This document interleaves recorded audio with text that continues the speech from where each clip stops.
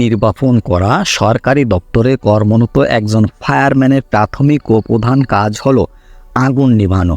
সেটি যে ধরনের আগুন হোক না কেন, যে কোনো বাড়িতে বা কারখানায় আগুন, জঙ্গলে লাগা আগুন, মিটারের ঘরে লাগা আগুন ইত্যাদি।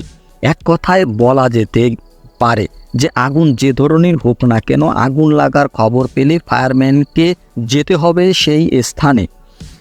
ফায়ার সার্ভিস ও সিভিল ডিফেন্সের অধিদপ্তরে গণপ্রজাতন্ত্রী বাংলাদেশ সরকারের স্বরাষ্ট্র মন্ত্রণালয়ের অধীনস্থ একটি জরুরি সেবামূলক প্রতিষ্ঠান। এই প্রতিষ্ঠানের সকল কার্যক্রম জনগণের সেবায় নিবেদিত। প্রথম সারা প্রদানকারী সংস্থা হিসাবে এ বিভাগের কর্মীরা অগ্নি নির্বাপন, অগ্নি প্রতিরোধ, উদ্ধার, আহতদের প্রাথমিক চিকিৎসা প্রদান, মুমূর্ষু রোগীদের হাসপাতাল প্রেরণ ও দেশি বিদেশি ভিআইপিদের অগ্নি নিরাপত্তা প্রদান করে থাকে।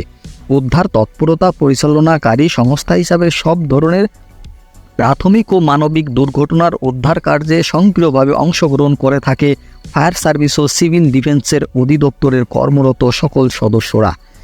এই যে সংস্থা বা এই যে মন্ত্রণালয় এটা গঠিত হয় 1981 সালের। এই এখন পর্যন্ত এদের বয়স হচ্ছে 43 বছর। এই সংস্থাটির এটার ধরন হচ্ছে অগ্নি নির্বাপন ও উদ্ধার পরিষেবা করা, এটার ধরন। আর ওই দায়িত্বপ্রাপ্ত মন্ত্রী হচ্ছেন আসাদুজ্জামান খান এমপি।